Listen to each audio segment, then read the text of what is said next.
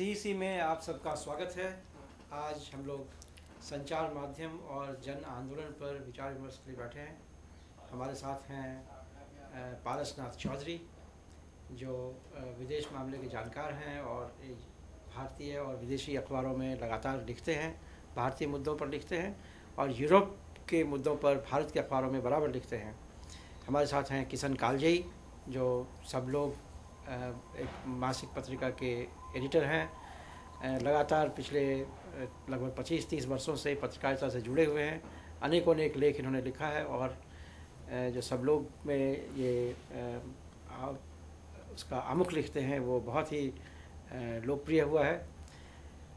इन सब से आज हम बातचीत करेंगे कि भारतीय राजनीति में, भारतीय जन आंदोलनों के कॉन्टेक्स्ट में मीडिया का क्या महत्व है, संचार माध्यमों का क्या महत्व है, किस तरीके से संचार माध्यम इन जन आंदोलनों के बारे में लिखते हैं, कैसे इनको देखने की कोशिश करते हैं, भारतीय संचार माध्यम और विदेशी संचार माध्यम।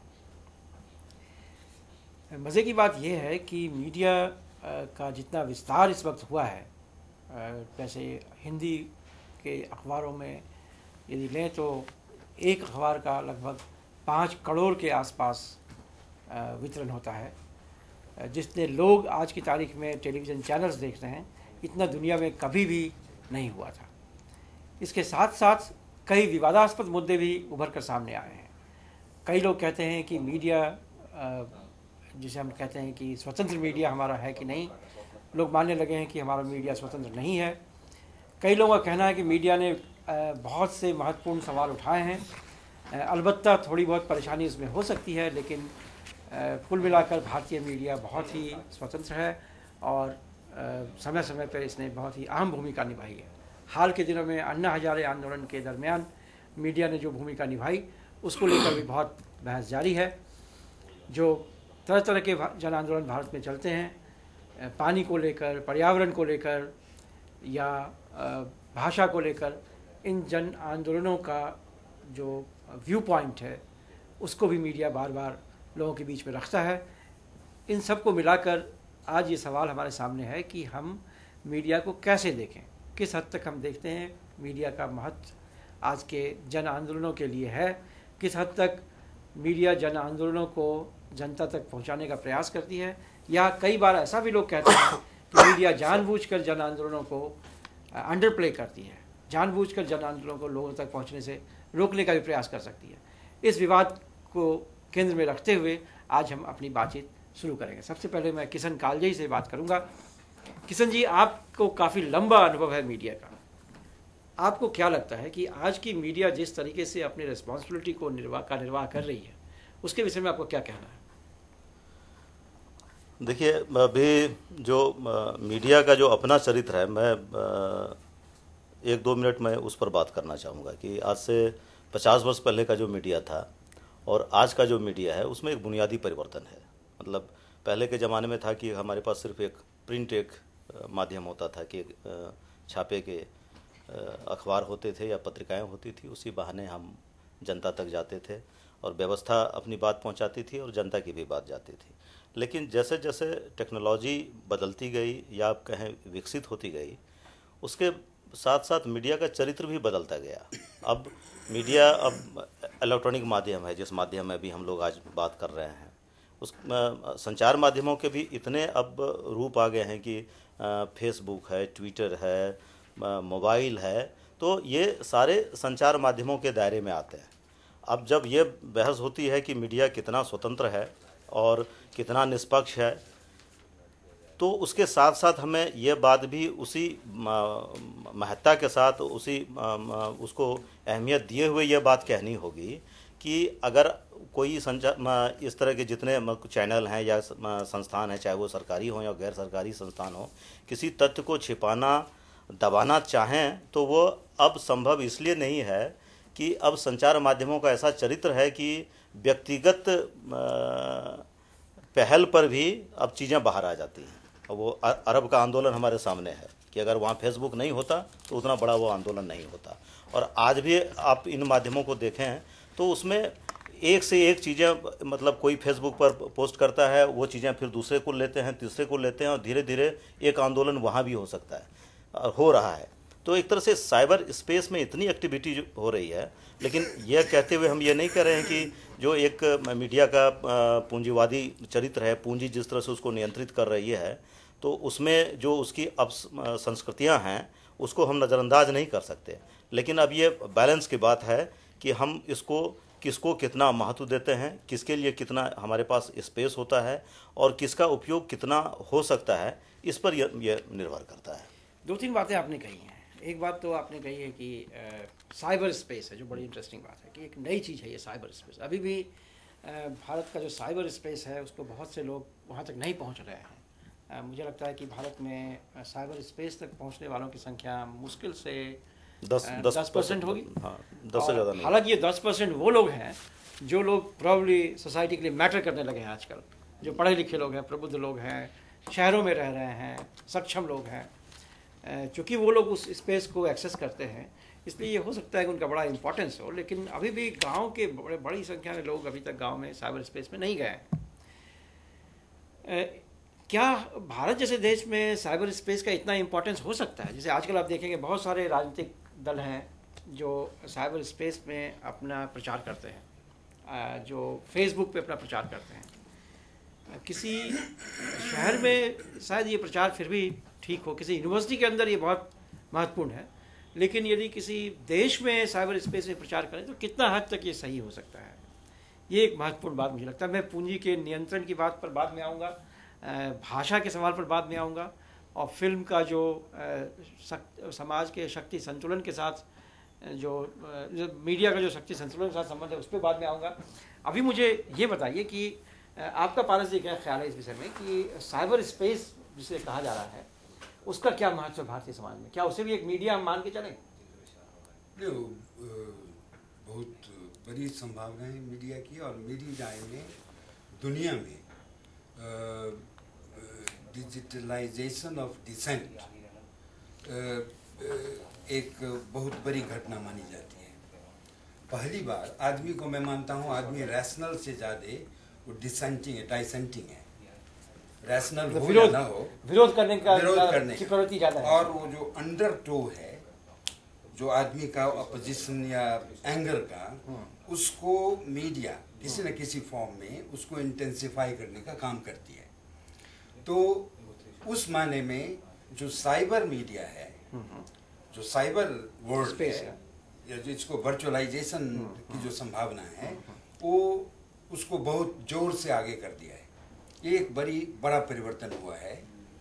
लेकिन मेरी राय में मीडिया पहले भी थी। जैसे फ्रेंच रेवोल्यूशन हुआ तो उस समय में तो साइबर वर्ल्ड नहीं था, उस समय मीडिया बहुत सिंपल तरह की थी, कॉम्प्लेक्स सीन नहीं था मीडिया का, लेकिन फिर भी बहुत जोर से आंदोलन हुआ। गांधी का आंदोलन हुआ, 50 आंदोलन हुए हैं 18th और 19th सेंचुरी में, जबकि मीडिया की कोई अहम भूमिका नहीं थी। जिस मीडिया की हम अभी बात कर रहे हैं, उस समय में भी मीडिया थी, जिसको हम कहते हैं कि एक कॉन्ग्रीगेशन या ह्यूमन स्पीच, ह्यूमन वॉइस, मैं मानता हूँ जिसको बाय वर्ड ऑफ माउथ जिसको हम कहते हैं, वो पहले बहुत बड़ी मीडिया थी, जिसके आधार पर भी बहुत बड़ी क्रांतियाँ और बहुत बड़े बदलाव आए। तो क्या आप कहना चाह रहे हैं कि क्रांतियों के लिए फेसबुक का कोई खास महत्व नहीं है? ये फेसबुक क्रांति कोई खास, मेरी राय में इसका वो केवल एक इंटेंसिफायर का काम कर सकती है। मैं मानता हूं कि आदमी बाय स्वभाव डाइसेंटिंग है। जब अंडरटो ऑफ एंगर या अपोजिशन, जिसको कहते हैं टिपिंग पॉइंट पर पहुंच जाता है, तो सोशल मूवमेंट निकलेगा। और सोशल मूवमेंट तभी होता है जब ये टिपिंग पॉइंट पर पहुंच जाता है, जब लोग एंगर आर्टिकुलेट करता है। अभी मीडिया ने क्या किया है, उसको थोड़ा क्विकन कर दिया, लेकिन पहले भी था। लेकिन मीडिया तो इसमें दूसरा रोल भी अदा कर सकती है। नहीं, उसमें देखिए एक चीज़ चौधरी जी ने जो बात कही वो मुझे भी जच रही है, लेकिन उसमें एक चीज़ ये भी साथ साथ हम लोगों को ध्यान में रखना होगा कि इसको आप एक तरह से अगर फॉर्मुलेट करें तो इसको आप सिटीजन्स जर्नलिज्म भी कह सकते हैं। वो जो फेसबुक है कि कोई भी एक नागरिक है, वो अपना एक पोस्ट कर दिया, कोई एक स्टोरी उसने पोस्ट कर दिया, तो वो साइबर में चली जाती है, पूरी दुनिया में वो चली जाती है। लेकिन फेसबुक या उस तरह का जो माध्यम है, मैं ये कह रहा हूँ कि सिर्फ वहीं तक लिमिट नहीं रहता है। अभी हमारे जो चैनल्स हैं, आप इस बात से सहमत होंगे कि वो फेसबुक या ट्विटर से भी चीज़ें लेके फिर उसको ब्रॉडकास्ट करते हैं। तो वो एक तरह से हमारा जो अभी पॉपुलर मीडिया है वो वहाँ से लिंक्ड है, ये समझना होगा कि इसलिए अब फेसबुक को या इस तरह का जो पर्सनल चीज़ें हैं, अब अमिताभ बच्चन, सॉरी मैं नाम ले रहा हूँ उनका, वो कोई चीज़ ट्वीट करते हैं तो वो न्यूज़ हो जाता है, कोई हमारे नेता कुछ ट्वीट करते हैं वो न्यूज़ हो जाता है। ट्वीट पे लोग नौकरियां, मतलब मंत्रिमंडल, मंत्रालय खत्म हो जाता है। मतलब ये कितने उदाहरण, ट्वीट पर कुछ कह दिया उसको मंत्रालय छोड़ना पड़ा। तो हम ये कह रहे हैं कि अब ये पर्सनल चीज़ें हैं, अब वो पर्सनल नहीं हैं, वो हमारी पॉलिटिक्स को, हमारे लोकतंत्र को, हमारे समाज को, हमारी संस्कृति को बहुत मतलब बड़े पैमाने पर प्रभावित कर रहे हैं। एक बात, और दूसरी बात हम ये कह रहे हैं कि इसका जो खतरा शायद अगर हम भूल जाएं, यहीं ये जोड़ने की जरूरत है, इसमें एक किस्म की अराजकता की भी गुंजाइश है। ये मैं कहने जा रहा हूं, एक किस्म की अराजकता भी है कि आप जब कोई आप एडिटर होते हैं तो हम कोई आर्टिकल लिखते हैं तो एडिटर उसको जज करता है, इसे छपना है या नहीं छपना है, इसे ब्रॉडकास्ट होना है या नहीं होना है, इसे एयर में जाना है या नहीं जाना है। लेकिन अगर कोई आप फ्रीडम है हमको लिखना है तो कोई उसमें वो विवेक नहीं होता। अगर आप गुस्से में हैं, इमोशंस में हैं, तो आपको जो जी में आता है आप लिख देते हैं। वो ये एक बड़ा खतरा है और हमको लग रहा है कि इसीलिए इस पर अब रेगुलेशन की बात हो रही है। अब इस पर जो है कानून की भी बात हो रही है, कई बार पिछले सप्ताह में इस पर बात हुई है। इसलिए हमको लग रहा है कि ये इसके रोल को, इसके महत्व को समझते हुए भी इसकी सीमा को और इसकी संभावना दोनों में एक संतुलन बनाने की जरूरत है। कई बार ये संभव है कि मैंने कुछ कहा नहीं है और किसी ने मीडिया में मुझे कोट कर दिया कहते हुए कि उन्होंने ये कहा है, और फेसबुक पे डाल दिया कि उन्होंने ये कहा है। अब वो इस तरह से फैल जाएगी बातें, कोई एडिटिंग नहीं है, कोई कंट्रोल नहीं है, तो इसकी संभावना, ये एनार्की की बात तो हो सकती है। दूसरी बात मुझे और भी एक लगती है, यदि मैं फेसबुक की बात छोड़ दूँ और मीडिया की सीधी बात करूँ और लोग जन आंदोलन की बात करूँ, तो क्या ये भी संभव है कि जैसे जन आंदोलन पिछली बार जो अन्ना हजारे का आंदोलन हुआ, कई लोगों ने ये कहा कि अन्ना हजारे का आंदोलन तो मीडिया क्रिएशन है, मीडिया ने क्रिएट किया है, क्योंकि हमने देखा कि अन्ना हजारे के आंदोलन की जगह पर तमाम मीडिया वालों ने अपने मंच लगा रखे थे और 24 घंटा लगातार वो कवर कर रहे थे। और कवर करने में भी एक तरीके का जो उत्साह, कि जिस उत्साह के साथ उसे कवर किया जा रहा था, उससे ऐसा लगता था कि ये लोग उसके पक्ष में हैं। और शायद वो 24 घंटे के कवरेज ने, कुछ लोगों का ऐसा मानना है कि 24 घंटे के कवरेज ने पूरे हिंदुस्तान में लोगों का ध्यान उधर आकृष्ट किया और लोग मूव करने लगे। छोटी सी घटना कोई घट रही है तो उसको वो कवरेज अब जगह लोकली कवर कर रहे हैं। तो क्या आपको लगता है कि कोई मीडिया आज की तारीख में जन आंदोलन खड़ा भी कर सकता है? इसका जवाब मैं इस तरह से दूंगा कि मीडिया खड़ा कर सकता है और खड़ा नहीं भी कर सकता है। मतलब आप समझेंगे कि हाँ ना, दोनों में मैं जवाब दे रहा हूँ। मैं आपको याद दिला रहा हूँ कि जिस समय अन्ना का आंदोलन हुआ था, लगभग उसी समय, उसके कुछ ही दिन पहले, महीने भर पहले, बाबा रामदेव का भी आंदोलन हुआ था। अब मीडिया उसमें भी उसी तैयारी से लगी हुई थी, लेकिन वो कहाँ चल पाया। सवाल है कि मीडिया उसी से एक्सप्लोर कर सकता है मूवमेंट को जिसमें मुद्दे होंगे, जिसके कॉल में ऑनेस्टी होगी। मतलब अब कोई भी अगर भीड़ होगी और मीडिया खाली तय कर ले कि हमको इसे सुलगाना है, तो ऐसा उसके पास कोई माचिस नहीं है कि उसको वो सुलगा दे। मतलब सुलगा वहीं सकता है जहां बारूद होगा। तो फिर आपकी बात बिल्कुल सही है जो आप कह रहे हैं कि मीडिया का महत्व सिर्फ इतना है कि एक जन आंदोलन को वो हाईलाइट कर सकता है, उसकी तरफ पॉलिसी मेकर्स का ध्यान आकृष्ट कर सकता है, उसकी तरफ जनता का ध्यान आकृष्ट कर सकता है, लेकिन मीडिया को के लिए जन आंदोलन को खड़ा करना संभव नहीं है। और मीडिया के बिना भी जन आंदोलन हुए हैं और सक्सेसफुल हुए हैं। पुराना उदाहरण इन्होंने ही दिया, और कम्युनिकेशन की संभावना बनती है। लेकिन आज के युग में जबकि मीडिया का प्रेजेंस है, देखिए दो अलग अलग स्थितियां हैं। एक स्थिति जब मीडिया है ही नहीं, तब जो कुछ भी आप कह रहे हैं कि टिप ऑफ द एंगर जो है वो निकल रहा है और निकलेगा, लोग जा रहे हैं, तो लोग उस वक्त न्यूज़ हाउंटिंग करते हैं, खोजते हैं न्यूज़ को। लेकिन जब आप बॉम्बार्डेड हैं मीडिया के द्वारा, जब आपका समय 90 घर के अंदर का समय 60% में जा रहा है, उस वक्त यदि मीडिया चाहे उसको इग्नोर करके आप कुछ नहीं कर सकते। नहीं, तो जन चेतना को प्रभावित तो करता है, मैं नहीं कह रहा। लेकिन हुआ क्या है, क्या कोई मीडिया नहीं, मैं ये पूछ रहा हूं, दो तरह की अभी जो मीडिया है, मीडिया को मैं एक नहीं, कॉम्प्लेक्स सीन है।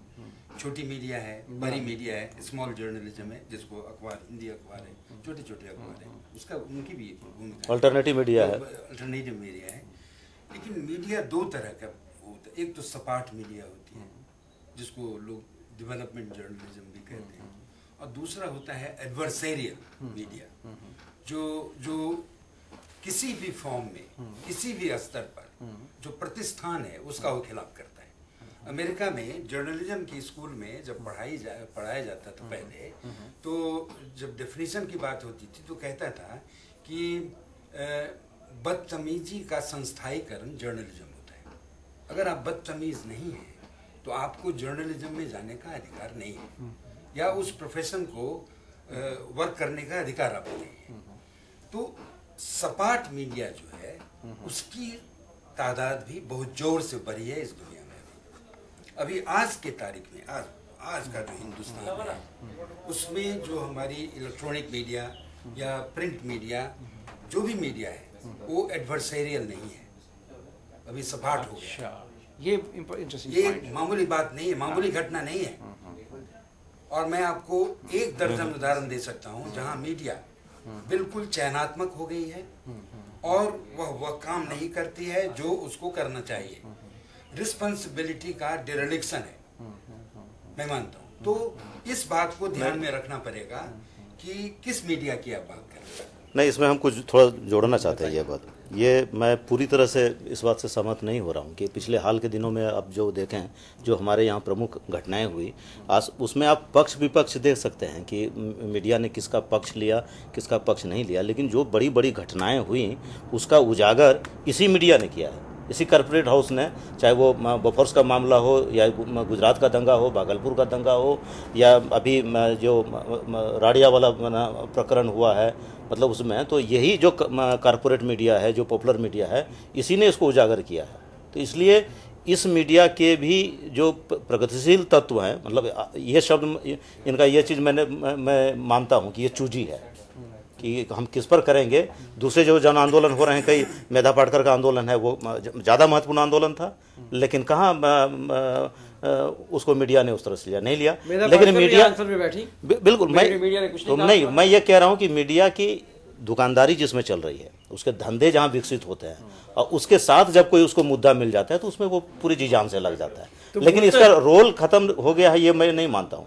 अभी भी मतलब इसी मीडिया से, मतलब जितने हाल के जो जितने भ्रष्टाचार उजागर हुए हैं, सब अभी मुझे याद नहीं आ रहा है, लेकिन आप इससे सहमत होंगे कि पिछले 10 वर्षों में जितने हुए इसी मीडिया ने किया है। लेकिन क्या ऐसा तो नहीं है कि जो भ्रष्टाचार उजागर हो रहे हैं और जिस तरीके से ये कॉम्प्लेक्स सिचुएशन बन सकता है कि ये सब कुछ कंट्रोल्ड है, ये फ्री नहीं है। जैसे अभी आपने देखा कि बिहार में मार्कंडे काटजू, जो कि प्रेस काउंसिल के अध्यक्ष हैं, उन्होंने जाके कह दिया बिहार में आपातकाल जैसा शब्द उन्होंने कहा, आपातकाल जैसा कहा, आपातकाल जैसा कंट्रोल है मीडिया पर, मीडिया कुछ भी नहीं कर पा रही। इसका क्या मतलब हम ये माने कि मीडिया का के ऊपर ऐसा आधिपत्य है, चाहे सरकार का हो चाहे पूंजी का हो, कि जो चीजें वो ला रहा है और जो चीजें नहीं ला रहा है, ये दोनों ही इंडिपेंडेंट डिसीजन नहीं है। यदि ऐसा है तो ये खतरनाक हो सकता है। देखिए इसको हम, जैसे मैं एक छोटी सी बात कहना चाहूँगा। जैसे आप कोई सत्ता प्रतिष्ठान के खिलाफ कोई सॉलिड बात आप करना चाहते हैं, मीडिया उसको नहीं खाते मिलेगी। आज की तारीख में भारत सरकार के खिलाफ आप एक बिंदु के बाद नहीं बात कर सकते। अगर करेंगे तो उसको नहीं छापा, नहीं, लेकिन नहीं, आप इसको सिर्फ सरकार नहीं, इसको आप सरकार तक सीमित क्यों रखते हैं? किसी बहुत बड़े औद्योगिक घराने के खिलाफ भी आप आज तक ये बताइए किसी मीडिया ने कहाँ कोई बड़ा पाप उजागर किया हो? लेकिन इसलिए, लेकिन वो तो हो भी सकता है, लेकिन उसके बाद भी देखिए, हम आपको ये बताएंगे कि जब हम समाचार खोजने जाते हैं, समाचार की विश्वसनीयता जब खोजना परखना चाहते हैं, तो आप याद कीजिए, हम फिर वापस जाते हैं कि दूरदर्शन को देखना चाहते हैं, रेडियो को सुनना चाहते हैं। अभी भी मतलब कहीं ना कहीं एक स्तर पर हमारी विश्वसनीयता सरकारी इसी संस्थान पर बची हुई है कि रेडियो क्या कह रहा है, दूरदर्शन क्या कह रहा है, क्योंकि सभी चैनल बटे हुए हैं, भटके हुए हैं, किसी के साथ सटे हुए हैं। लेकिन एक बात और है इसमें, मुझे लगता है कि यदि हम इतने सपाट तरीके से ना सोचें, क्योंकि हम मीडिया के अंदर की बात नहीं जान रहे हैं बहुत ज़्यादा, लेकिन एक बात मुझे समझ में आती है कि बातें इतनी सीधी नहीं है। कई बार जैसे आप कहते हैं कि सरकार के खिलाफ बोलना या पूंजी के खिलाफ बोलना, ये खोजी पत्रकारिता जैसी चीज़ है। कोई ज़रूरी नहीं कि न्यूज़ हमेशा खोज नहीं है।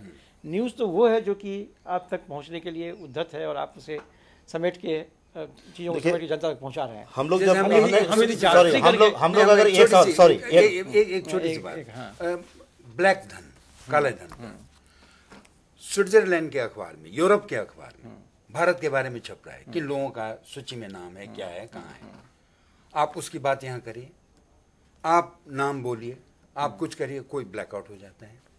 नहीं, लेकिन एक बात है ना, इसमें मुझे एक बात नहीं, इसमें मुझे एक समझ में बात आती है कि मीडिया के लिए एक समस्या ये है कि मीडिया जब कभी इस तरह की बातों को सामने लाना चाहती है तो रिस्पॉन्सिबली लाना चाहिए। ऐसा नहीं होना चाहिए कि मीडिया ने उजागर कर दिया और बाद में फिर मीडिया, और आपने देखा कि इंग्लैंड जैसी जगह पे कई बार मीडिया अपना सर्कुलेशन बढ़ाने के लिए ऐसी बातों को लेके आता है, बाद में माफ़ी मांगना पड़ता है और रिज़ाइन करना पड़ता है, पूरा का पूरा मीडिया हाउस बंद करना पड़ता है। तो मेरे ख्याल से इस मायने में भारत का जो मीडिया है वो ज़्यादा बेहतर इस सेंस में है कि भारतीय मीडिया रिस्पॉन्सिबली बिहेव कर रही है, ऐसी बातों को अचानक से उजागर करने की कोशिश नहीं करती है जब तक उसके पास पूरा ऑथेंटिक क्लेम ना हो किसी के बारे में। देखिए, claim to authenticity is very important. Media का रोल फिक्स करने के लिए मनिंद्र जी माफ़ कीजिएगा, हमको लग रहा है कि आपको कुछ सवालों के घेरे में आपको मीडिया को देखना होगा कि मीडिया क्या करे क्या नहीं करे, यह तय करने के लिए आप कैसे करेंगे मीडिया मतलब क्या करे। तो उसमें हमको लग रहा है कि आपको ये सवाल देखना होगा कि आज की तारीख में हमारे समाज, हमारे लोकतंत्र, इसके लिए बड़े संकट क्या है, और उस जब बड़े संकट को आप रेखांकित करना चाहेंगे तो जाहिर है सबसे बड़ा संकट उसमें गैर बराबरी है, बड़ा संकट उसमें हिंसा है, जो हिंसा गैर बराबरी से ही निकल रही है, कई चीज़ें उसमें लिंक है, अशिक्षा है। तो इन चीज़ों को एड्रेस करने के लिए अगर कहीं कोई आंदोलन चल रहा है, पर्यावरण का सवाल है, तो उसको मीडिया किस तरह से ले रहा है, उस या इन मुद्दों को वो उठा रहा है। कहीं मीडिया का काम सिर्फ ये नहीं है कि कोई इवेंट हो रहा है तो आप इवेंट को फॉलो करें, उसको जैसे हमको आप बताइए फुकुशिमा न्यूक्लियर प्लांट की घटना हुई थी सुनामी के बाद, दुनिया में ऐसे भी न्यूक्लियर एनर्जी के बारे में बहुत सारे शंकाएं हैं। आप किसी भी देश में मीडिया को आप कह रहे हैं आप स्वतंत्र है, ये है, शक्तिमान है, एंटी न्यूक्लियर मूवमेंट को कभी भी कहीं भी मीडिया समर्थन नहीं करता है। भारत में भी बहुत मुश्किल हो रही है। अब आप एंटी न्यूक्लियर आंदोलन नहीं होता है, गे के पक्ष में आंदोलन आप करके देख लीजिए। नहीं, लेकिन आप जैसे कह रहे हैं ये तो एथिकल भी मामला है। दो बातें हैं, जैसे आप दो बातें इसमें आ रही हैं। पहली बात ये आ रही है कि मीडिया जब भी कोई चीज़ सामने लेके आती है तो उसके पीछे एक सवाल भी लगा रहता है कि उसकी ऑथेंटिसिटी कितनी है। मैं इस बात से अभी आ रहा हूँ, जब पहले मैं आपकी बात को लूँ। आप कह रहे हैं कि मीडिया पर्यावरण वाले आंदोलन क्यों नहीं हाईलाइट कर रहा है, मीडिया जन आंदोलों को क्यों नहीं हाईलाइट कर रहा है, गैर बराबरी का मुद्दा है, गैर बराबरी का मुद्दा है। लेकिन ये तमाम मुद्दे जो हैं ये तो न्यूज़ नहीं है ना, मीडिया का काम तो न्यूज़ देना है। तो गैर बराबरी तो न्यूज़ नहीं है ना, वो न्यूज़ नहीं है, न्यूज़ नहीं। आप चाहते क्या है कि मीडिया जो है वो खोजी पत्रकारिता करके वो काम करे जो रिसर्चर्स करते हैं यूनिवर्सिटीज़ में। नहीं, लेकिन उसके लिए अगर कोई छोटा आंदोलन हो रहा है तो आंदोलन की तो वो तो खबर है, वो तो न्यूज़ है, आंदोलन खबर है। हम ये नहीं करेंगे आप वो मुद्दे लाए, वो तो अब देखिए हमारी पत्रकारिता का जो चरित्र है प्रिंट मीडिया का, तो आप ये देख लें पिछले 20 वर्ष में दिनमान जैसी पत्रिका समाप्त हो गई, साप्ताहिक हिंदुस्तान समाप्त हो गया, रविवार पत्रिका समाप्त हो गई।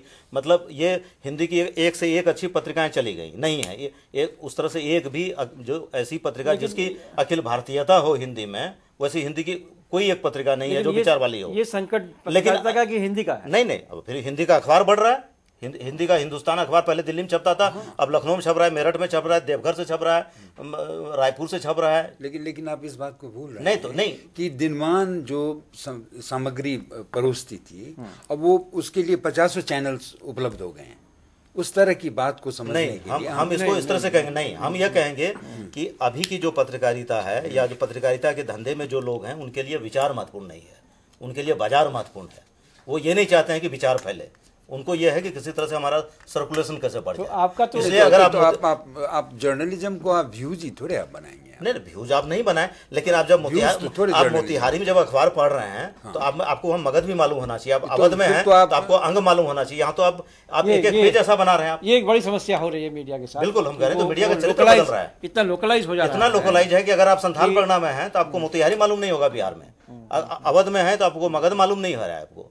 तो ये तो अखबार नहीं हुआ ना। ये आप तो मतलब पूरा एक विश्व, पूरी दुनिया, पूरा देश, पूरा समाज आपके सामने आना चाहिए, वो हो नहीं रहा। आप बाजार के पीछे जा रहे हैं कि हमारा इसमें सर्कुलेशन बढ़ेगा तो ठीक है, इसको ऐसे कर दो। तो ये चरित्र मीडिया की तरफ से बदल रहा है। तो इसमें उनका ध्यान जन आंदोलनों पर क्या रहेगा? जन आंदोलन के लिए कुछ नहीं है। जन आंदोलन पर होता है, लेकिन मेरी राय में कुछ इश्यूज हैं जिसको मीडिया नहीं छूना चाहती है। जैसे वैसे इश्यूज जिसके पीछे जो मैं कहता हूँ सिमरिंग एंगर या undertow of opposition critical level पर नहीं है, तो हमने देखा है कि एज ए रूल मीडिया उस तरह के इश्यूज को नहीं छूती है। उसके लिए आपको अपने एक्सपीरियंस को शार्पन करने पड़ेंगे, तभी ये मीडिया सोशल लेवल पर जब तक मोबिलाइजेशन एक इंसिपिएंट लेवल पर बाज़ाब्ता शुरू ना हो जाए तब तक मीडिया उसको, ऐसे आप कहेंगे कि मीडिया खुद कुछ ये करेगी, उसकी ताकत मीडिया में नहीं है। मेरे ख्याल से मीडिया से ये उम्मीद करना, जिस मीडिया की आप बात कर रहे हैं वो मीडिया एक तरह से अल्टरनेटिव मीडिया है, जो सिर्फ आम न्यूज़ को जनता तक नहीं पहुंचा के जन आंदोलनों के पक्ष में, जन आंदोलनों के साथ मिल के उस न्यूज़ को कवर करने की कोशिश करे, जो विचार उत्तेजक या विचार पूर्ण लेखों को लाने की कोशिश करे। वो भी एक तरह का काम है, वो भी एक तरह का मीडिया, उस तरह की मीडिया है, उस तरह की मीडिया है। लेकिन इनका ये कहना कि हिंदी में इस मीडिया की कमी होती जा रही है, और इसका कारण शायद ये भी है कि जो हाउसेज, मीडिया हाउसेज हैं, उन्होंने हिंदी जनता के मानसिकता को गलत समझ लिया है, उसको अंडरएस्टिमेट किया है। उनको परोसने के लिए जैसे हिंदी का कोई मैगजीन निकलता है तो उसके मटेरियल को वो सब स्टैंडर्ड कर देते हैं, उनको लगता है कि ये सब तक नहीं पहुंच सकता। शायद ये कारण हो, नहीं मुझे ये बात समझ नहीं आ रही है। उसके लिए हिंदी जर्नलिस्ट भी बहुत जिम्मेदार है भाई। आप हिंदी का अखबार उठाइए, वो जो रिपोर्ट करते हैं वो करेंगे क्या, तो डाइन पर कर देंगे, मैजिक पर कर देंगे, आप रिपोर्टर सपेरे पर कर, आप रिपोर्टर को दोष नहीं दीजिए, आप एडिटर को दोष दीजिए, आप उस मीडिया हाउस को आप दोष दीजिए। वो कहते क्या जानते हैं, वो कहते हैं कि ये ऐसी स्टोरी आप नहीं देंगे तो हमारा सर्कुलेशन नहीं बढ़ेगा। अभी पिछले कुछ दिनों में नहीं, हमको लगता है कि इसमें जर्नलिस्ट खुद भी जिम्मेदार है। मेरे ख्याल से ये काफी सही है, क्योंकि पिछले एडिटर प्लान करता है कि आप हमको ये स्टोरी ला के दो। पिछले कुछ दिनों में आपने देखा है कि कई फिल्में आई हैं, पेज 3 भी आया है, वो भी मीडिया ही है, मीडिया पर है। एक और कोई फिल्म अमिताभ बच्चन की आई थी। ये तमाम कई तरह की फिल्में मीडिया पे आई हैं, जिसमें ये साफ साफ दिख रहा है कि मीडिया हाउसेस के अंदर जो मीडिया का पूरा जो कार्यक्रम है उसके अंदर पत्रकारों की स्थिति बहुत स्वतंत्र नहीं है। उसके अंदर जो एडिटर्स भी, पहले कई एडिटर्स ने मुझे कहा कि जो पहले एडिटर्स थे, अब वो एडिटर्स एक्चुअली वो सिर्फ मीडिया हाउस के जो मालिक हैं उनको सपोर्ट करते हैं। मीडिया हाउस के मालिक कई बार पहले इंटरव्यू नहीं करते थे। अभी हाल के दिनों में जो खबरें आ रही हैं, ये पेड न्यूज़ की जो खबरें आ रही हैं, और यदि पेड न्यूज़ होता है तो ओबियसली जन आंदोलनों के पास तो पेड न्यूज़ क्रिएट करने का क्षमता नहीं है। प्रभास जोशी जैसे व्यक्ति ने लिखा, लगातार लेख लिखा इस बात पर कि इमरजेंसी के बाद जब उन्हें ये पता करना था कि हिंदुस्तान की राजनीति में क्या होने वाला है, तो उन्होंने क्या किया कि तमाम लोकल न्यूज़पेपर्स को जमा किया। रोज़ लोकल न्यूज़पेपर्स को देखकर तय करते थे, उसको पढ़ के समझने की कोशिश करते थे कि वहाँ क्या चल रहा है, और जो कुछ उन्होंने निष्कर्ष निकाला, तब तो सेफोलॉजी इतना नहीं था, तो उन्होंने बिल्कुल वही निष्कर्ष निकाला जो होने वाला था। और उनकी मृत्यु के जस्ट पहले जो चुनाव हुआ, उस चुनाव के बारे में उन्होंने बताया कि जब उन्होंने यही काम किया उस वक्त तो बहुत बुरी स्थिति हुई, क्योंकि एक ही अखबार में एक पेज के ऊपर एक कैंडिडेट के बारे में लिखा जा रहा है कि वो जीतने वाला है, दूसरे पेज के ऊपर ठीक उसके विरोधी के बारे में लिखा जा रहा है कि वो जीतने वाला है।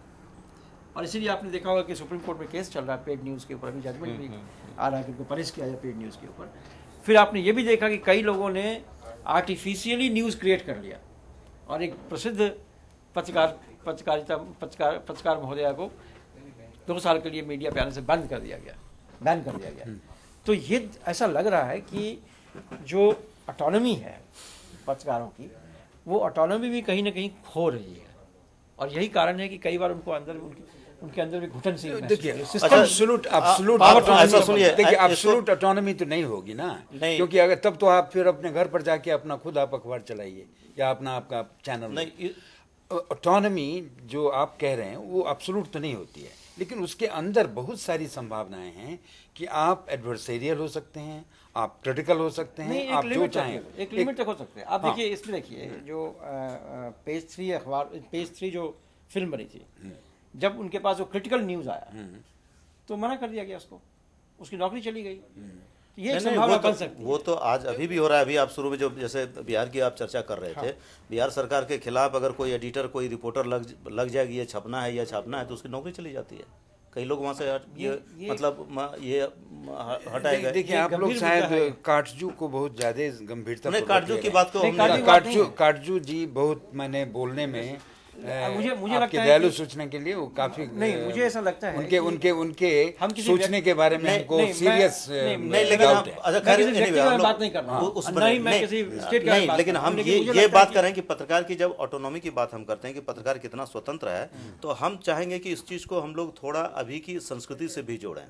हम लोग अभी जिस दौर में हैं, मतलब जो भूमंडलीकरण के दौर में जो हमारा समाज और हमारी संस्कृति बन रही है, हमारी ज़रूरतें, हमारी मतलब आकांक्षा जितनी बढ़ गई हैं, अब जिस देश में समझिए 70% आदमी ऐसे हैं जो 20 रुपये रोज़ पर गुजारा करने के लिए बेबस है, वहाँ अब एक पत्रकार की तनख्वाह अगर 5 लाख रुपये तक हो और बाकी फिर और दूसरे अगर 20 लोग हैं तो उसकी तनख्वाह उससे 10 गुना कम है, तो क्या वर्क इफिशिएंसी का भी रेशियो क्या इतने का अंतर होता है जितना अंतर एडिट करते हैं? ये एक सवाल है। नहीं, इस सवाल को हम और लिंक करना चाहते हैं, इस सवाल को हम ऑनेस्टी से लिंक करेंगे। और जब आप अपने एडिटर को इतना अनाप शनाप पैसा आप देंगे तो उस मीडिया हाउस को उतना देने के लिए कहीं से फिर लाना भी तो होगा। और ये सिर्फ जेन्युइन प्रोडक्शन से और जर्नलिस्टिक प्रोडक्शन से ये चीज़ें आ नहीं सकती हैं, आपको गलत सलत करना होगा। और खुद आप जब गलत कीजिएगा तो आप चौथा खंबा बने रहने का दावा कर कैसे सकते हैं? तो इसलिए ये लिंक्ड है, ये मतलब हमारी जो संस्कृति है, कई बातें अभी जो पूंजीवादी संस्कृति बन रही है उसमें कई वो तो हम एक दूसरे मुद्दे पर आना चाहते हैं। एक और मुद्दा ही हमारे सामने ये है कि जो अंतर्राष्ट्रीय जगत है वहाँ जो मीडिया काम कर रहा है, आप पारस जी जानकार हैं, आप लिखते रहते हैं, जर्मनी के कई अखबारों में, फ्रांस के अखबारों में आप लिखते हैं, तो आपको क्या लगता है कि अंतर्राष्ट्रीय स्तर पर जो अखबार इन जन आंदोलनों के बारे में रिपोर्ट करते हैं, क्या वो उसे गंभीरता से लेते हैं? देखिए, फर्स्ट वहाँ का जन आंदोलन या भारत का जन आंदोलन? नहीं, वहाँ के जन आंदोलन के बारे में तो गंभीर होते हैं। अच्छा। और अगर ऐसा जन आंदोलन हो जिसके पीछे देखते हैं कि जनता खड़ी हो तो उसको तो सीरियसली लेते हैं। हमारे यहाँ के जन आंदोलन को वो थर्ड वर्ल्ड के बारे में लिखते समय वो स्टीरियोटाइपिंग बहुत करते हैं। वो जो ओरिएंटलिज्म आप कह सकते हैं, वो एक है कि इनके पास ऐसा ही है, वो उनका कुछ प्री कंसेप्ट नोशंस हैं जिसके आधार पर वो लिखते हैं। और वो कोई बड़ी घटना भी घटती है तो उसको मिनिमाइज कर देते हैं, और ये उनका यूरोसेंट्रिसिज्म की वजह से होता है। क्या आपको लगता है कि पिछले कुछ वर्षों में कोई फर्क आया है इसमें? कोई फर्क नहीं आया, बहुत थोड़ा फर्क आया है। क्या आपको लगता है किशन जी की जो जिस तरीके से विदेशी मीडिया जन आंदोलनों के बारे में लिखता है, उससे हमारे जन आंदोलनों पर कुछ प्रभाव पड़ा है अंतर्राष्ट्रीय स्तर पर? केवल उसी जन आंदोलन को ये हाईलाइट करते हैं और जिसे फिर राष्ट्रीय अंतर्राष्ट्रीय पुरस्कार मिलता है जो उनको सूट करता है। हाँ, बिल्कुल। अब बहुत से ऐसे जन आंदोलन हैं जो कि सचमुच जेन्युइन है, उनके बारे में ऐसा वो लिखते हैं ताकि वो सूट ही नहीं करे उनको। जैसे वो एक अंतर्राष्ट्रीय षड्यंत्र है, उसी साजिश के तहत वो उन मुद्दों को चुनते हैं कि उनके मुद्दे को चलाने वाले, बढ़ाने वाले, प्रोपोगेट करने वाले जो लोग हैं उनकी खबर, उनके लोगों को पुरस्कृत करना, उन्हें बाहर ले जाना, ये एक क्या कहते हैं, जैसे आप इकोलॉजी इन्वायरमेंट पर काम कर रहे हैं आप, तो फिर वो उस पर काफ़ी आपकी मदद करेंगे। अगर आप एंटी न्यूक्लियर वगैरह करते हैं भारत में अभी, तो उसमें आपको शायद वो मदद नहीं करेंगे। क्यों नहीं करेंगे? अच्छा, वो ऐसी चीज़ें जो भारत के विकास की संभावनाओं को कमजोर करती है। भारत की कृषि को विकास लाने के लिए अगर कोई आंदोलन हो रहा हो, जिसमें मान लीजिए कि हमें जो जेनेटिक मॉडिफिकेशन वाला जो बाहर से बीज हमें लेना पड़ता है, इसके खिलाफ कोई मूवमेंट करने वाला, तो इसको थोड़ी बाहर से कोई सपोर्ट मिलेगा, इसको तो और वो लोग डिस्करेज करते हैं। यानी आप कहना चाह रहे हैं कि जो बीटी ब्रिंजल का जो मामला था, बिल्कुल उसमें उस आंदोलन को क्या करेंगे? विदेशी मीडिया सपोर्ट करेंगे, विरोध करेंगे? विरोध करेंगे वो। विरोध नहीं, उस पर विरोध नहीं करेंगे, लेकिन वो साइलेंट हो जाएंगे, चुप हो जाते हैं या अंडर प्ले करते हैं। नहीं, लेकिन ये आप मत कहिए कि विरोध। अच्छा, विरोध नहीं करेंगे देश में वो उसका विरोध, लेकिन हम ये कह रहे हैं पारस जी कि अपने यहाँ मान लीजिए कि भारतीय कृषि की जो स्थिति है, ये तो आप मानेंगे कि इस पर जो है विदेशी बीज, विदेशी खाद, विदेशी कीटनाशकों का प्रभाव पड़ रहा है। नहीं, अगर आप कहेंगे कि हमको पुराने किस्म का, नहीं, हम बैलगाड़ी और हम हल लाने की बात हम नहीं कर रहे हैं। अगर वो आप करेंगे तब तो बहुत जोर से मदद करेंगे। हाँ, नहीं, हाँ, तब जो बहुत क्या जोर से आपको ऐसा मदद लगता है कि विदेशी मीडिया सब कुछ इतना प्लान करके करती है, या ये स्पॉन्टेनिटी जो आप कहते हैं स्टीरियोटाइपिंग स्टीरियोटाइपिंग लेकिन की आदत भी है, आदत और भी है, थोड़ा उन- कई केसेस में उनका कारोबार वो भी है एक ना फिर। डेलिबरेट कारोबार केयरफुल भी है उनका। नहीं, क्योंकि केयरफुल अभी- एक्सटेंशन ऑफ अभी सपोर्ट भी होता है। जो नॉन अलाइन वर्ल्ड के नेताओं ने मिलकर बातचीत की इस पे, उन्हें लगता है कि जो मीडिया है, जो ग्लोबल कंट्रोल ऑन मीडिया है, उसने बहुत डैमेज किया है तृतीय विश्व के देशों को, क्योंकि नहीं। न्यूज़ का फ्लो जो है, जैसे एक मैं आपको बताऊं कि एक जब इराक पे अमेरिका ने अटैक किया था, इराक वॉर जब चल रहा था उस वक्त भी, और जब ईरान और इराक के बीच में झगड़ा चल रहा था उस वक्त भी, लोगों ने कई ऐसे मुद्दे उठाए जो वहाँ पर बहुत ही खतरनाक तरीके से चले जा रहे थे। उस पर विदेशी मीडिया चुप थी। या नहीं, अफगानिस्तान में जो डैमेज हो रहा है, अभी आप ईरान पर देख लीजिए, ईरान पर आप ईरान के पक्ष में कुछ लिख के आप देख लीजिए, कोई नहीं छापेगा। यानी अब न्यूज़ अगर को आप कंट्रोल कहेंगे करने कि की ईरान लेकिन- कभी लेकिन- कभी कभी दूसरा किसी देखिए, देश को विदेशी मीडिया के महत्व को समझने के लिए थोड़ा सा हम लोगों को इस भारतीय मानस को भी समझना होगा कि अपने यहाँ एक परंपरा क्या हो गई कि बाहर से जो कोई आदमी अगर कह रहा है, इवन आरएनआई भी बाहर चला जाता है, वहाँ से अगर कुछ कहने लगता है तो उसको लगता है ये महत्व की चीज़ हो रही है। मतलब ये आपके यहाँ एकेडमिक्स में तो और ज़्यादा ही है कि अगर आप विदेश नहीं गए और विदेश में 6 महीना आपने नहीं पढ़ाया तो आप बहुत महत्वपूर्ण प्रोफेसर शायद नहीं माने जाए। चाहे जहाँ भी पढ़ा रहे हैं। जहाँ भी कहीं पढ़ा रहे हो, बगल में आप नेपाल को छोड़ के और दूर दराज के देश में चले जाएं, सार्क कंट्रीज का खास महत्व नहीं। हाँ महत्व नहीं है। तो यूरोप हम ये जाना पड़ेगा। तो हम ये कह रहे हैं कि ये जो मानस है ना, तो इसमें बाहर का कुछ भी जो आता है हमको लगता है कि हमारे लिए वो बहुत महत्वपूर्ण लेकिन है। आप इस बात से सहमत होंगे कि भारत की जनता वर्षों कई डिकेड्स तक बीबीसी के न्यूज़ पर सरवाइव करती रही। हाँ ठीक है, और बीबीसी भी तो विदेशी मीडिया है। हाँ लेकिन आपकी मीडिया की तुलना में बीबीसी ने जिस तरीके से चीज़ों को परोसा है, हाँ वो बीबीसी उल्लेखनीय है। विदेशी मीडिया है लेकिन वो बहुत प्रोफेशनल है, वो मतलब उसमें आप अब मानेंगे। ये मत कहिए, अब ये- फिर अब ये- आप ये मत ये परेशानी कहिए। है। बीबीसी की जो भूमिका रही है भारत के संदर्भ में या एशिया के संदर्भ में अत्यंत प्रशंसनीय रही है। आप ये मत नहीं तो प्रोफेशनल हम कह रहे हैं तो ये प्रोफेशनल करने का मतलब ये है कि- प्रोफेशनल करने वाला है कि वो जो उस प्रोफेशन के लिए नहीं, जो अगर जरूरी है प्रोफेशनल वही हो, ईमानदार है। हाँ। प्रोफेशनल को आप नेगेटिव टर्म में नहीं लाएं। लेकिन बहुत से लोग ये भी कहते हैं कि बीबीसी ने भारत जैसे देश में एक खास तरह से भारत का सेल्फ इमेज क्रिएट करने का प्रयास किया, वो भी हो सकता है। और वो बड़ा डेलिबरेट था। और जब कभी ऐसे मुद्दे आए जबकि इंग्लैंड का इंटरेस्ट कहीं इन्वॉल्व होता था, तो बीबीसी का जो मामला था गड़बड़ होने लगता था। हो सकता है। लेकिन ये सच है कि हम काफ़ी वर्षों तक हम ये मानते रहे कि बीबीसी जो है वो निष्पक्षता के लिए सुनने के लिए बीबीसी मतलब उनके तो एक रिपोर्टर वो जो- आपातकाल के समय में जैसे आपातकाल के समय में जबकि यहाँ का बहुत मीडिया जबरदस्त बिल्कुल उसकी ध्वस्त भूमिका हो गया था। तब तो बीबीसी काम आ रहा था भाई, इसलिए विदेशी मीडिया को भी हम इतनी आसानी से आसानी से खारिज नहीं कर सकते। सकते। लेकिन ऐसा है कि ये कॉम्प्लेक्स complexity क्वांटिटी तो है, है। इसमें तो ऐसा नहीं है कि कोई एक सिंपल एक परत है इसकी जिसको हम देख के और सब समझ सकते हैं। ये तो बिल्कुल ये इतनी complex चीजें हैं, चीज उन है। चीजों को लिंक करके उनमें से चीजों को आपको निकाल के कोई राय बनानी होगी। आप मतलब नहीं, ये है आप कि कोई सरकारी- राय कभी भी राय आप फिक्स्ड और फिनिश्ड राय नहीं बना सकते, टेंटेटिव ही होगी। नहीं, राय तो टेंटेटिव ही होगी। टेंटेटिव राय तो होगी, tentative बिल्कुल। होगी। ये फाइनल नहीं हो सकती। ये तो बिल्कुल सही बात है। हम्म। ये तो बिल्कुल सही बात है, क्योंकि ये खुद ही डायनेमिक है। डायनेमिक मुझे लगता है कि मुद्दों पर भी निर्भर कर रहा है, मीडिया Evolve हाउसेस के कर अपने रहा है। अंदर के पॉलिटिक्स पे डिपेंड करता है। और देखिए जो लोग वहाँ बैठे ग्लोबलाइजेशन के बाद बहुत सारे कंसर्न्स भी बदल गए हैं। बदल गए। ग्लोबलाइज्ड हो गया। देखिए 60 में मैक्लूहन ने कहा, 60 के दशक में, कि मीडियम इज द मैसेज और दुनिया ग्लोबल विलेज हो जाएगा। और आज आप देख सकते हैं कि लगभग वही प्रोपोर्शन में दुनिया एग्जिस्ट करने लगी है। रियल टाइम में आपको दुनिया के कहीं किसी भी सारी खबरें आपको मिल रही हैं। मिल रही है। और अभी आज की तारीख में कभी ऐसा भी हो रहा है कि बहुत से न्यूज़ मीडिया में जो लोग हैं वो लोग हीरो की तरह इमर्ज कर रहे हैं। हाँ। थोड़ा बहुत झटका उनको लगा हाल फिलहाल में।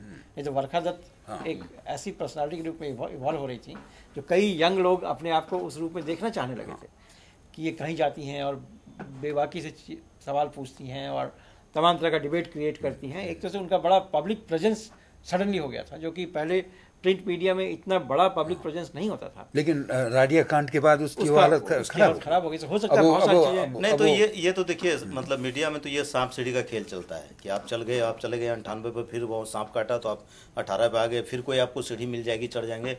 इसमें कोई ऐसा ये नहीं है। ये चलता रहता है। ये तो कॉम्प्लेक्सिटीज अंदर में है। हम लोगों को उस बात पे वापस आना चाहिए जो संचार माध्यम और जन आंदोलन की बात कर रहे हैं। हमको लग रहा है कि थोड़ी चर्चा हम लोगों को उधर से करनी चाहिए कि जो जन आंदोलन भी हैं वो क्या बहुत जेन्युइन तरीके से उभर रहे हैं क्या, या जन आंदोलनों में भी विदेशी फंडिंग या प्रोजेक्ट की तरह लोग उसमें लगे हुए हैं। देखिए ये भी हो सकता है, जन आंदोलनों के बारे में तो खैर हाँ, अभी मतलब बहुत कुछ कहेंगे खुलासा सिर्फ करना लेकिन मीडिया केवल को- फंडिंग से नहीं होता है। जन आंदोलनों के बारे में खुलासा करना केवल इस वक्त फंडिंग संभव से, नहीं है। केवल फॉरेन या डोमेस्टिक फंडिंग से आप आंदोलन नहीं नहीं, कर मुद्दा ये नहीं है इस वक्त। मुद्दा मेरे सामने ये है, सबसे महत्वपूर्ण सवाल ये है कि 2-3 सवाल है। पहली बात तो ये है कि एक रिस्पॉन्सिबल मीडिया किसको कहते हैं, भारत में क्या रिस्पॉन्सिबल मीडिया है, पहली बात ये है। दूसरी बात ये है मीडिया हाउसेस के अंदर के डायनेमिक्स क्या है, कैसे वो मूव कर रहा है। तीसरी बात यह है कि जन आंदोलनों को मीडिया कैसे प्रेजेंट कर रही है, क्या कोई अल्टरनेटिव प्रेजेंटेशन की संभावना है, क्या जन आंदोलनों को मीडिया की समझ बढ़ानी पड़ेगी कि हम मीडिया के साथ कैसे एंगेज करें, क्या ये संभव है कि हम एक अल्टरनेटिव मीडिया ही क्रिएट कर लें जो जन आंदोलन के लिए सक्षम को सपोर्ट करे। आप देख रहे हैं कि धार्मिक संस्थाओं ने क्या किया, एक अलग मीडिया ही क्रिएट कर लिया, अपना चैनल बना लिया। जिसे आप न्यू रिलीजियस मूवमेंट आजकल कहते हैं। जो न्यू रिलीजियस मूवमेंट है इसमें बड़े सारे बाबा लोग हैं, भाषण है, तमाम चीज़ें हैं, उन लोगों ने अपना ही चैनल बना लिया। और दूसरे चैनल्स और भी दूसरे चैनल भी करते हैं, लेकिन अपना मैजिक चैनल और धर्म के ऊपर बहुत 24 आवर्स धार्मिक चैनल कम से कम तो 1 दर्जन से भी ज़्यादा है, हाँ। जो लगातार उन बातों को प्रोपेगेट करते हैं। तो क्या जन आंदोलनों को भी ऐसे नहीं, उसमें बात हमको करनी चाहिए? एक बात हमको सूझ रही है और जो उस दिशा में कुछ अपने यहाँ अच्छा काम भी हुआ है। पिछले दिनों आप याद रखिए कि अपने यहाँ 2 चैनल हुआ, कुछ वर्षों पहले लोकसभा चैनल और अभी हाल में राज्यसभा चैनल। तो लोकसभा चैनल में तो चूंकि आप हमारे यहाँ जैसे लोकसभा है और अगर लोकसभा का चैनल है तो लोकसभा चैनल को हम उस तरह से देख सकते हैं कि ये निष्पक्ष निसंग रूप से अपना एक चरित्र बना सकता है कि वो जनता की भी बात, जनप्रतिनिधियों की भी बात, देश की भी बात, संस्कृति की बात, और ऐसा कुछ हो रहा है। आप लोकसभा चैनल पर आप देखें तो वो वहाँ सरकार की भी आलोचना हो रही है, सरकार की भी आलोचना होती है। तो उसको अगर हमको लग रहा है कोई अगर आप व्यवस्थित रूप दें तो शायद जो सवाल आप कह रहे हैं कि क्या एक रिस्पॉन्सिबल मीडिया क्या हो सकता है, किसी एक चैनल पर नहीं कर सकते हैं, क्योंकि उस चैनल की संलग्नता कभी किसी निजी व्यापारिक हित और अहित के कारण किसी एक सत्ता से, किसी एक पार्टी से हो जा सकती है। सरकार में भी है तो मान लीजिए उसका एक मंत्रालय के अधीन वो है तो वहाँ से उसका कंट्रोल हो सकता है। लेकिन अगर लोकसभा चैनल है, राज्यसभा का चैनल है, तो वो स्वायत्त है, स्वतंत्र है वो। उसकी स्वायत्ता पर अगर हम लोग थोड़ी और उस पर कुछ विवेचना करें और विचार करें कि उसका और क्या एक स्वरूप हो सकता है, तो शायद जिसको हम लोग चौथा खंबा कह रहे हैं कि इधर का चौथा खंबा ढह रहा है, तो शायद वहाँ चौथा खंबा को हम लोग देख सकते हैं। इस विषय में बहुत विमर्श हुआ। नहीं, इसमें कुछ सवाल है, बहुत सारा। इसको मैं आपसे बिल्कुल सहमत हूं। मैं ये कहता हूँ कि इस बात को लेकर बहुत बहस हुई है कि जो सरकारी माध्यम है, सरकारी संचार माध्यम है, उनकी स्वतंत्रता क्या है। उनकी स्वतंत्रता सिर्फ इतनी हो सकती है, कुछ मुद्दों को हम वहाँ बहस करने के लिए स्पेस क्रिएट कर सकते हैं, लेकिन बियॉन्ड ए पॉइंट आप बहस नहीं कर सकते हैं। नहीं कर सकते, यदि बिल्कुल नहीं। यदि आप चाहते हैं कि ये सरकारी, कहने का मतलब ये नहीं कि स्टेट ओन्ड है, बल्कि स्टेट फंडेड है, यदि ऐसा करना चाहते हैं तो फिर आपको बीबीसी की तरह एक भारत ब्रॉडकास्टिंग कॉरपोरेशन लाना पड़ेगा।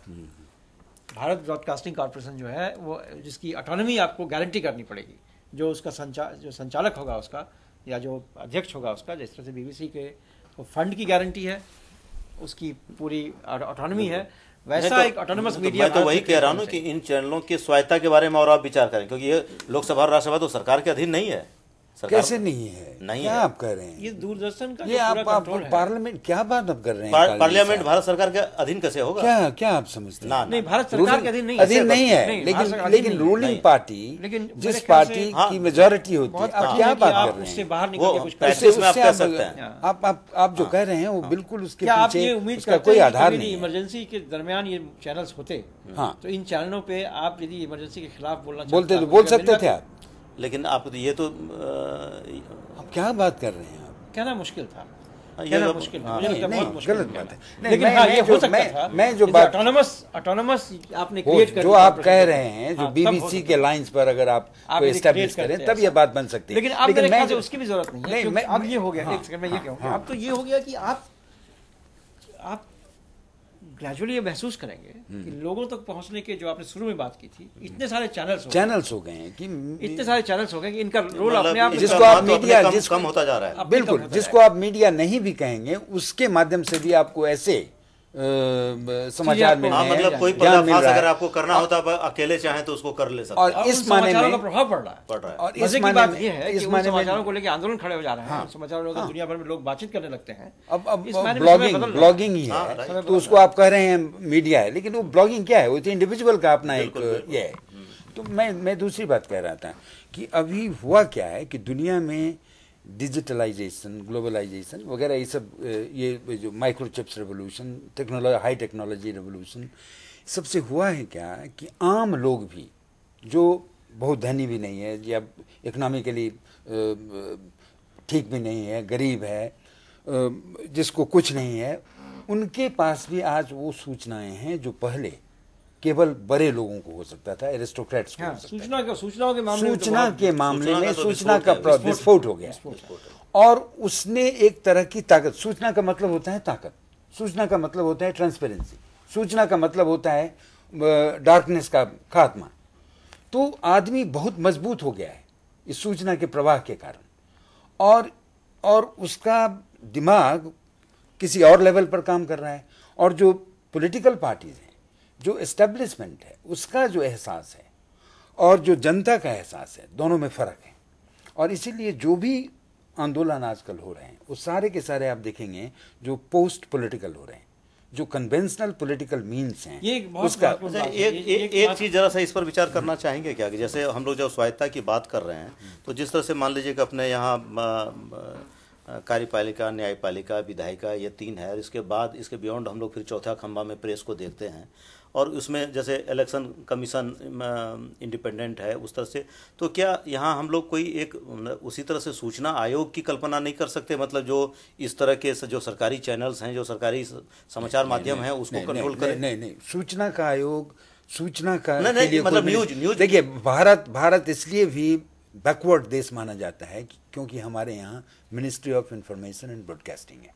दुनिया में कहीं भी सरकार के हाथ में सूचना की ताकत नहीं होती है, दुनिया में कोई भी। नहीं, लेकिन हम सरकार के पास ताकत देने की बात नहीं कर रहे हैं, सरकार से निकालने की बात कर रहे हैं। सूचना आयोग आप क्या करेंगे? फिर सूचना को आप नहीं, इलेक्शन कमीशन कैसे आप क्या फ्री कहना ये है कि है? जुडिशरी फ्री है ना आपके पास? BBC के वही बात, उसी तरह से मैं कह रहा हूँ कि आप न्यूज को फ्री कीजिए। ये बात हम लोग कह रहे हैं। जुडिशरी कहाँ फ्री है अभी? BBC आज के- की तारीख में फिर आप नहीं कर एक सकते मिनट, हैं। जैसे अभी उसके बारे में शंका है, आप क्यों आप ऐसे नहीं, आप कह रहे हैं? practically free है कि कहाँ नहीं कौन है? कह रहा है कि एक- जुडिशरी फ्री है? प्रैक्टिकली नहीं, फ्री है कि अभी नहीं एक- है। अभी जुडिशरी का जो स्टेटमेंट आता है वो पॉलिटिकल स्टेटमेंट आता है। प्रैक्टिकली फ्री है कि नहीं है, ये एक अलग मुद्दा है। हाँ। लेकिन संवैधानिक तौर पे हाँ, एक ऑटोनॉमी उसको- जुडिशरी को दी गई है। वो दी गई है। इनका ये वो तो ठीक कहना है कि क्या ऐसी ऑटोनॉमी हम प्रेस के लिए सोच एक सकते और हैं, क्रिएट किया जाए, ऑर्गेनाइजेशन, इंस्टीट्यूशन एक और क्रिएट किया जाए प्रेस के लिए। प्रेस के लिए, हाँ। जो कि इसी ऑटोनॉमी को, जिसके ऑटोनॉमी का मतलब ये है कि फंडिंग सरकार करे उसकी। हाँ। तो प्रेस काउंसिल ऑफ इंडिया से क्या डिफरेंट होगा? सो हमको आप बताएं। प्रेस काउंसिल ऑफ इंडिया से डिफरेंट उसमें क्या वही बात हो रही है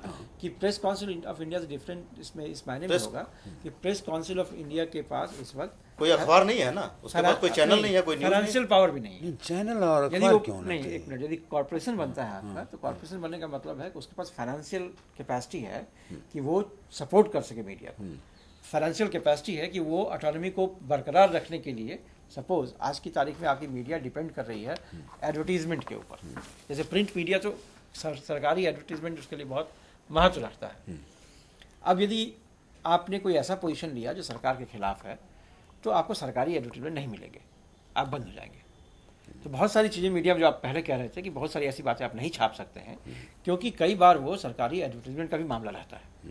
और ये केंद्रीय सरकार चाहे जितना भी करे ना करे, लेकिन राज्य सरकारों में जो बात वो बिहार के संदर्भ में कह रहे हैं, अभी कई लेखों ने ये बताया है कि बिहार में सरकारी एडवर्टीजमेंट किस तरह से कंट्रोल हो रहा है, या और भी कई राज्यों में हर चीफ मिनिस्टर अपने तरीके से मीडिया को मैनेज करने का प्रयास करता है। और मीडिया को मैनेज करने के प्रयास में एक प्रयास ये भी है कि जो सरकारी एडवर्टीजमेंट हमें देना है वो हम किसको देंगे, ये उसकी ऑटोनॉमी होती है।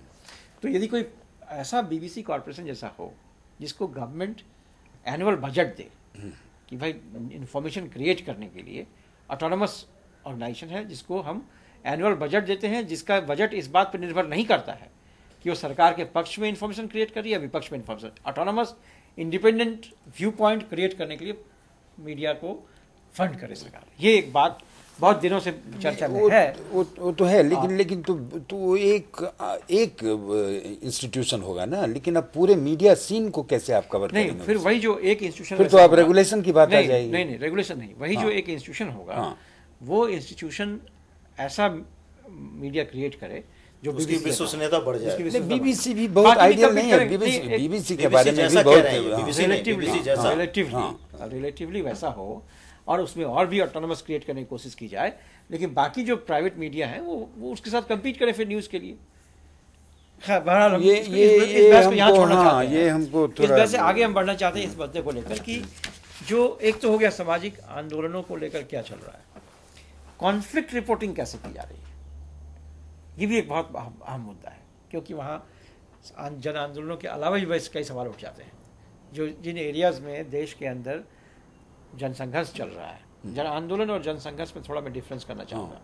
जनसंघर्ष जहाँ की आर्म्स स्ट्रगल भी इन्वॉल्व है, जहाँ स्पेशल मिलिट्री एक्ट लागू किया गया है, जहाँ सरकार कई बार दमन का प्रयोग करती है, उन आंदोलनों में, उन जगहों पर जहाँ मीडिया का डायरेक्ट पहुँचना कई बार मुश्किल हो रहा है, उन इलाकों में जो न्यूज़ चैनल्स काम कर रहे हैं उनका क्या रोल हो, कैसे वो इसको रिपोर्ट करते हैं। अभी हाल में आपने देखा होगा कश्मीर को लेकर जो रिपोर्टिंग्स हुई हैं वो काफ़ी कंट्रोवर्शियल रही है। हमारा तो मानना है कि दुनिया भर में कैसे होता है, दुनिया में जो कॉन्फ्लिक्ट रिपोर्टिंग हो रही है वो कैसे हो रही है। जैसे क्या आप मानते हैं कि बीबीसी यदि इजराइल और अरब के बीच के झगड़े को हाईलाइट करना है तो बीबीसी का उसमें एक पोजीशन रहता है, बिल्कुल, या बीबीसी इंडिपेंडेंट रहती है? नहीं, सवाल ये नहीं पोजीशन रहता है। This is where the problem comes. हाँ, और कॉन्फ्लिक्ट रिपोर्टिंग भारत के अंदर जो हो रहा है वो लगभग 90% जो भारत सरकार का जो पॉइंट ऑफ व्यू होता है वही रिफ्लेक्ट होता है। हाँ, ये एक समझने की बात है। अमरेंद्र जी से मैं पूछना चाहूँगा, अमरेंद्र जी कॉन्फ्लिक्ट रिपोर्टिंग के ऊपर काम कर रहे हैं, इनका काम है कॉन्फ्लिक्ट में कैसे रिपोर्ट किया जा रहा है, और अखबारों से जो रिपोर्ट आता है क्या उसका इम्पैक्ट कॉन्फ्लिक्ट पे पड़ता है, या कॉन्फ्लिक्ट के बारे में जो सरकार की नीतियाँ होती हैं उन नीतियों को लेकर अखबार चलता है। आप अमरेंद्र जी क्या करते हैं इसके मामले में? कॉन्फ्लिक्ट रिपोर्टिंग एक नया एस्पेक्ट है। आप अभी वर्तमान स्थिति में पॉलिटिकल रिपोर्टिंग जो कवर करते हैं, हमें कॉन्फ्लिक्ट रिपोर्टिंग को कवर कर रहे हैं, लेकिन इसका अंडरस्टैंडिंग दूसरा है, इसका थियोरेटिकल बेस अलग है। थियोरेटिकल बेस अलग है, इसका जो स्पेस है जहाँ से रिपोर्टिंग हम लोग कर सकते हैं वो अलग है। तो फर्स्टली तो पॉलिटिकल रिपोर्टिंग करने वाले को यह समझना चाहिए कि वो जो इन्वायरमेंट है इसका नेचर कैसे पॉलिटिकल रिपोर्टिंग से अलग है। दूसरी बात, इसकी नुआंसेस क्या है। जैसे कॉन्फ्लिक्ट इन रिपोर्टिंग में अगर कोई रिपोर्ट हम दे रहे हैं तो it will enhance the conflict और it will mitigate the conflict. तो ये इश्यूज को समझना बहुत जरूरी है। जैसे आ रहा है जो भी चीज उसको हम दिखा दें, ये सही नहीं है। जैसे परसों का मैं एग्जांपल देना चाह रहा हूँ, परसों आया कि फ्यूल प्राइसेस, पेट्रोल का राइज कर दिया जाएगा। तो पॉलिटिकल रिपोर्टिंग जो करते हैं उनको ये ध्यान में रखना चाहिए कि कल चुनाव है तो चुनाव में इसका इम्पैक्ट पड़ेगा। न्यूज तो था, लेकिन इस न्यूज को आज दिया जाए कि नहीं, ये सोचना बहुत जरूरी है। उसी प्रकार कॉन्फ्लिक्ट रिपोर्टिंग वाले को भी ये सोचना जरूरी है कि जो हमारा आज स्टोरी चलेगा उसका क्या सोशल इम्पैक्ट क्या हो, सोशल क्या कैसे लीड करेगा। तो इन विषयों पर अभी न बाहर में भी काम हो रहा है और न यहाँ हो रहा है। अलग अलग जैसे टेररिज्म रिपोर्टिंग या नक्सल रिपोर्टिंग हो रहा है, लेकिन कॉन्फ्लिक्ट रिपोर्टिंग का कोई कॉन्सेप्ट हम लोग ये जानना चाहते हैं कि नक्सलाइट जैसे इलाका है उस पर जो रिपोर्टिंग अभी हो रहा है उसको अगर आपने देखा है तो उसमें आपको क्या लगता है उनका जो रिपोर्टिंग है वो कितना फेयर, कितना इंडिपेंडेंट, क्या होता है? नक्सल रिपोर्टिंग के नाम पे अभी तक केवल पॉलिटिकल रिपोर्टिंग या गवर्नमेंट का जो ओपिनियन है वो दिया गया है। यही हमको पूरा होलिस्टिक थिंग्स होम मिनिस्ट्री का ही रिपोर्ट वो अभी मिस कर रहा है, वो अभी मिस कर इंडिपेंडेंट नहीं। कुछ अखबार में जैसे इंडियन एक्सप्रेस में है, या ये आशुतोष भारद्वाज एक रिपोर्टर हैं, उनका एक डायरी आ रही है, उसका हिंदी जनसत्ता में भी आ रहा है, तो उसमें हमको लग रहा है कि कुछ जेन्युइन चीजें आ रही है। तो बिल्कुल आप ये नहीं कर सकते कि ब्लैकआउट है, बिल्कुल नहीं है, ऐसी बात नहीं है, लेकिन ये चीज फिर यूरोपियन मीडिया में या अमेरिका की मीडिया जी, हम लोग के पास समय बहुत ज़्यादा नहीं है, लेकिन हम लोग आज के डिस्कशन को कंक्लूड कहाँ करना चाहेंगे? जन संचार माध्यम, जन आंदोलन, संचार माध्यम का चरित्र, जन आंदोलनों की स्थिति और ये जो व्यवस्था, ये भूमंडलीकरण का यह दौर, इसमें मतलब अगर इसको क्या कहते हैं कि अगर एक पंक्ति में इसे कहना हो या 2-3 पंक्ति में, इसको कैसे कंक्लूड किया जाए, इसको मुझे वही मैं अब आ रहा था कि समय लगभग समाप्त हो गया। मुझे लगता है कि इस वक्त जो संचार माध्यम हैं उनके अंदर ही बहुत मंथन चल रहा है और कई नई चीज़ें उसमें उभर के आ रही है। कॉन्फ्लिक्ट रिपोर्टिंग एक बात इन्होंने बताई, अभी नई चीज़ उभर के आ रही है। ये बात उभर के आ रही है सामने कि हम ऑटोनॉमी कैसे मेंटेन करें।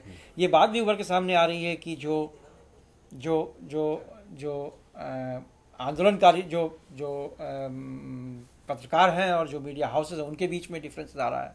तो ऐसे कई सारी चीज़ें हैं जिसको लेकर परेशानियां चल रही हैं। इन परेशानियों को समझ पाना और उसको ठीक ढंग से हैंडल करना मुझे लगता है कि आज की ज़रूरत है। और इस उदारवादी परिप्रेक्ष्य में, ग्लोबलाइजेशन के परिप्रेक्ष्य में प्रॉब्ली भारतीय मीडिया को एक नया चेहरा भी देखना पड़ेगा, जो विदेशी चेहरा होगा, जो यहाँ आने वाला है। और विदेशी मीडिया धीरे धीरे परोक्ष रूप से या प्रत्यक्ष रूप से हमारे साथ एंगेज करेगा। हमें लगता है कि मीडिया पूंजी का खेल बढ़ेगा, पूंजी का खेल बढ़ेगा और इन्फॉर्मेशन का इंपॉर्टेंस बढ़ेगा, इन्फॉर्मेशन की राजनीति बढ़ेगी। इसलिए मुझे लगता है कि इन तमाम चीज़ों को देखते हुए शायद अभी इस पे बहस और भी करने की ज़रूरत है। इसके पहले कि हम कोई निष्कर्ष पे पहुँचे, इस पर बहस जारी रखनी पड़ेगी। बहुत बहुत धन्यवाद। हम किशन कालजे जी, पारस जी और अमरीन जी का बहुत शुक्रगुजार हैं कि इस विषय पे अपने महत्वपूर्ण बातें सामने रखें। धन्यवाद।